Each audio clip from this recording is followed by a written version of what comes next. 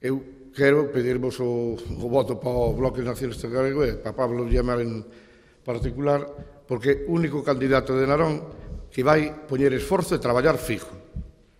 Despois as colsas saldrán ou tal, pero traballo o poñen fijo. E calquer membro do Bloque Nacionalista Galego o que pon é esforzo e traballo. O demais virá vindo. Deixo-vos con Pablo.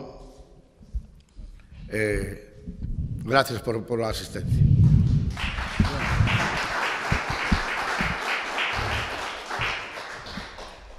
Bueno, pois eu tamén estou moi contento, moi agradecido que estades hoxe aquí neste mitin, non? Esta é a parroquia na que nacín e sempre me gusta, cando veño a facer aquí un mitin, ver que sempre acudides a acompañarme e a apoiarme, non? Bueno, en primeiro lugar, pois eso, bons días a todas e a todos, agradecervos a vosa presencia hoxe aquí.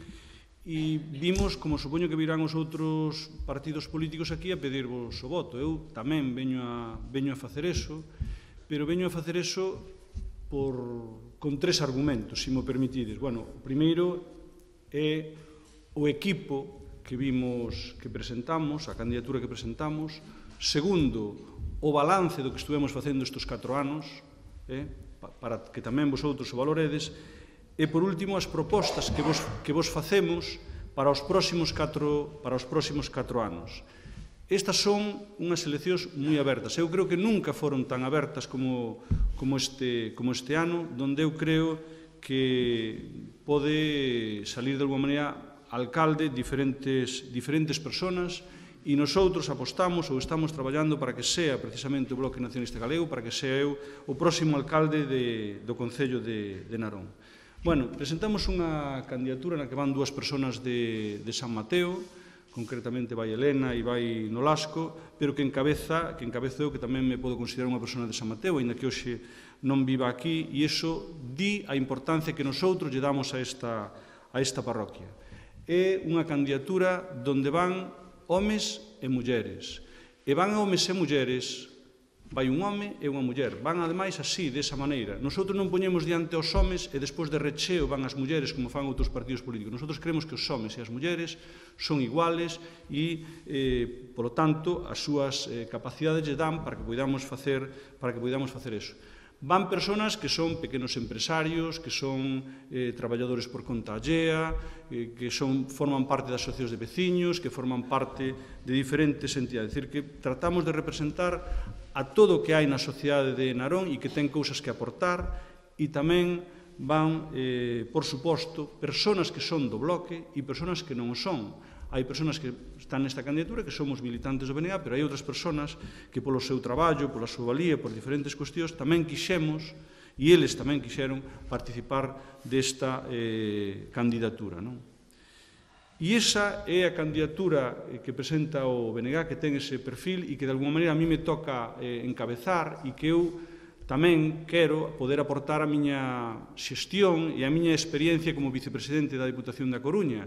A Diputación da Coruña é unha administración bastante máis forte, bastante máis grande que o Concello de Narón, e é unha administración que en estes momentos, a pesar da crisis, ten unha situación económica boa. De feito, eu creo que está colaborando importantemente a que todos os concellos da provincia non pasen apuros.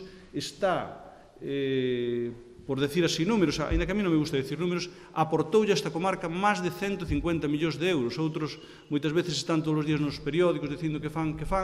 A Diputación da Coruña destinoulle a esta comarca máis de 150 millóns de euros e máis de 16 millóns de euros os que se gastaron no Concello de Narón, entre diferentes obras que despois vos comentarei.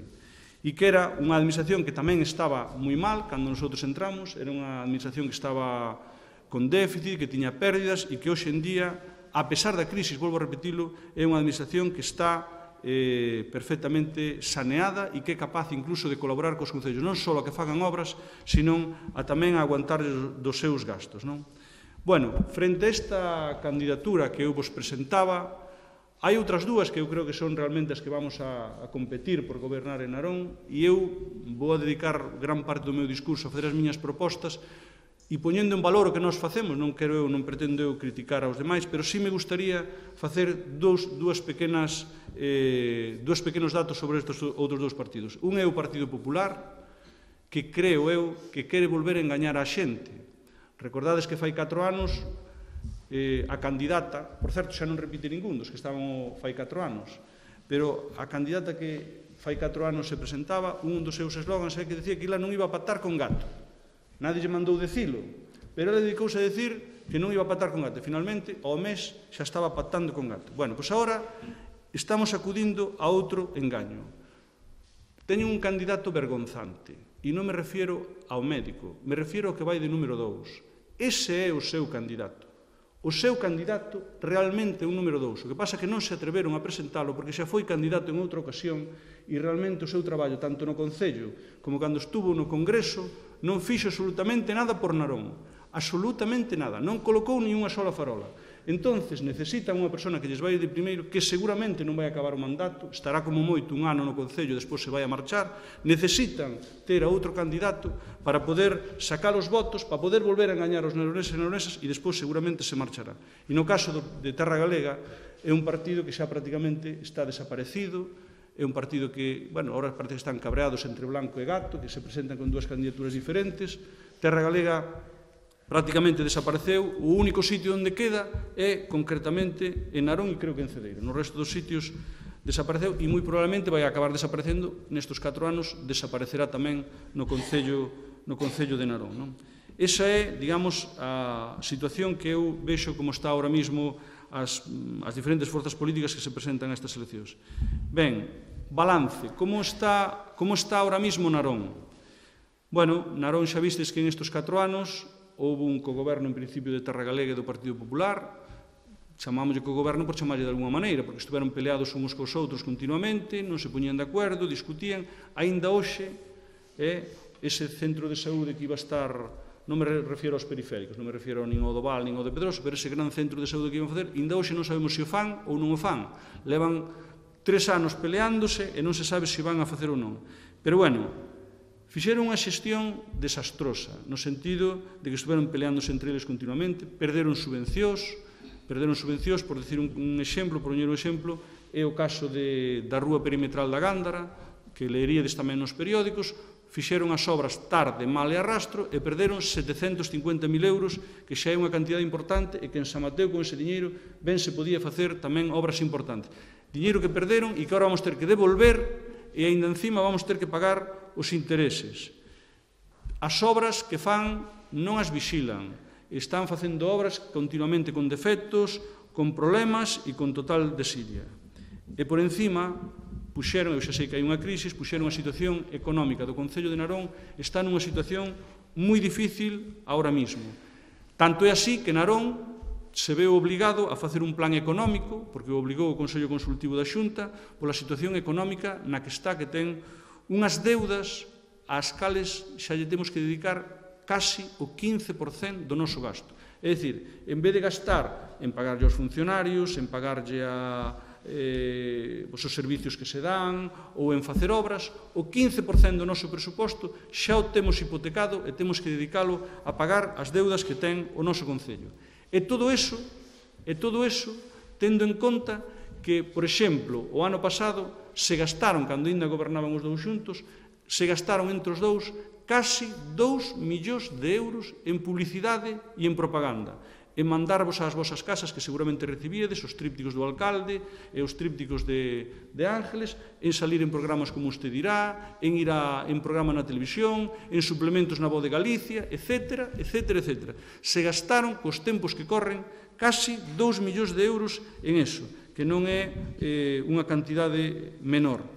Ben, nosotros estuvemos, ainda que dentro do Concello estuvemos facendo oposición, houve moitas cousas, a gran maioria das cousas votamos a favor e peleamos porque saliran adiante e defendimos que saliran adiante.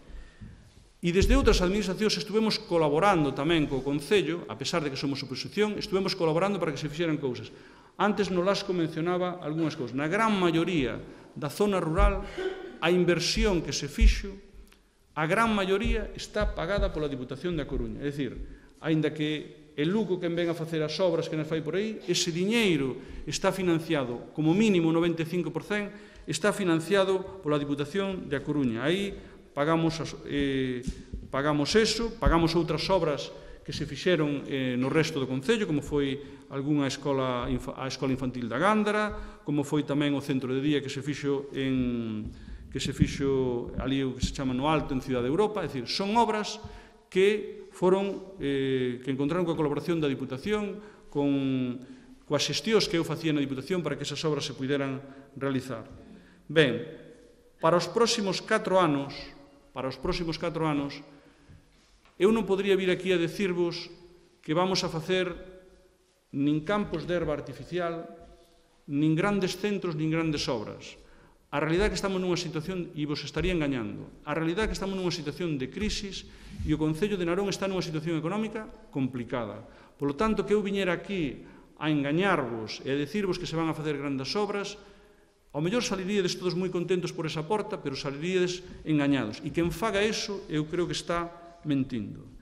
Pero eu creo que si hai unha serie que temos que, co pouco diñeiro que hai, temos que procurar con menos facer máis. Temos que intentar facer, como seguramente facemos nas nosas casas, tratar de utilizar ben o diñeiro. A mí me parece que unha das cousas fundamentales que temos que facer e que necesita, sobre todo a zona rural, son os servicios básicos. O saneamento e o abastecemento, eso hai que acabalo. E non podemos permitir que nos presenten proxectos que só teñen o saneamento. Eu creo que hai que asegurar que todo Narón, que todo San Mateo teña saneamento e abastecemento, que as comunicacións de internet, de telefónica, etc., temos que ter exactamente as mesmas comunicacións, tanto estemos no rural como no urbano. Aí sí que hai que gastar diñeiro, non estamos falando de obras faraónicas, e moitas veces son obras que por estar debaixo da terra pasan desapercibidas, pero que son obras que son moito máis importantes a veces que outras que abultan moito máis. O plan de urbanismo para nosotros tamén é un tema importante. Sabemos que as diferentes normas que se foron sacando desde a Xunta e o plan que temos agora mesmo en Narón dificulta que se poda construir en moitos sitios do noso Concello. Eu non defendo que se poda construir en todos os sitios, non defendo que todas as fincas sean solares, porque xa os nosos maiores non o facían así. Os nosos maiores sabían onde tiñan que plantar as patacas, sabían onde tiñan que plantar os pinos e sabían onde tiñan que facer a casa, e non mezclaban. Eu non defendo eso, non defendo que todo o mundo salga de aquí coa idea de que vai poder facer a casa onde quere, pero sí que non pode ser que existan as restriccións que hai, motivadas en moitos casos, polo que dicía antes, pola falta de servicios. E outro apartado que a mí me parece moi importante é o apartado dos servicios sociais. Haberá cousas nas que teremos que recortar, pero en temas de servicios sociais é importantísimo que non recortemos, que gastemos, si cadra, inda que parezca mentira, máis en isto, inda que teñamos que recortar en outras. Non podemos estar subvencionando churrascadas, nin outro tipo de comidas, que a xente vai a comer gratis. Temos que gastar o diñeiro en cousas que realmente necesitamos.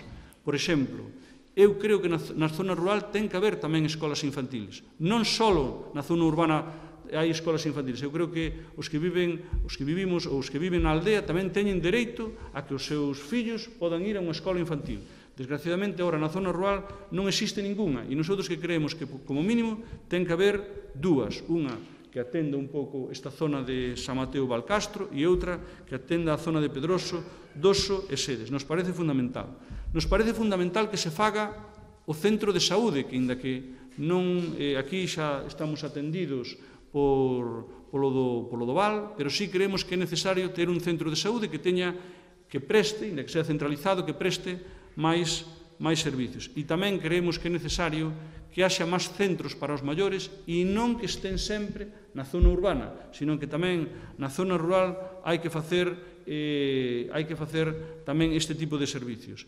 Porque, ademais, nosotros defendemos que isto ten que ser público. Non somos partidarios de que isto se faga desde o privado, sino que teñen que ser públicos, e porque creemos que se fai isto tamén se está creando emprego. E remato por aí tamén, quero dicir que, aínda que as competencias que temos no Concello, as competencias do emprego son da Xunta, que non son competencias propias do Concello. Eu creo que desde o Concello sí temos que facer un esforzo por crear emprego público e por facilitar que se asenten as empresas, que se podan montar, non dificultarlles o papeleo, e cantas máis empresas se monten, máis emprego van a crear, sobre todo para a nosa xente nova, que desgraciadamente é a que ahora mesmo está máis no paro. Ben, e finalmente, eu comprométome a facer unha xestión, a non sentarme no sillón da alcaldía e estar ali esperando que a xente vai a verme, senón a moverse, que é o que hai que facer para solucionarlle os problemas á xente. E tamén a non estar sentado no sillón e ir a outras administracións que teñen que colaborar con nosotros para financiar cousas que efectivamente non temos que pagar desde o Concello. Eu non estou dicindo que o centro de saúde teña que pagar o Concello, pero hai que ir á Xunta a conseguir que nos lo faga, hai que ir á Xunta a conseguir que nos faga o saneamento en Narón, pero tamén o abastecemento, hai que ir a todos os lados e hai que moverse. Por eso, vos pido que o próximo 22 de maio iba a decir que pedirvos o voto, pero realmente os resultados que temos aquí son moi bons, que renovedes a confianza no Bloque Nacionalista Galego, porque creemos que hai futuro e porque creemos que Narón ten dereito a ter un cambio e a ter un novo goberno. Moitas gracias e moi bon día.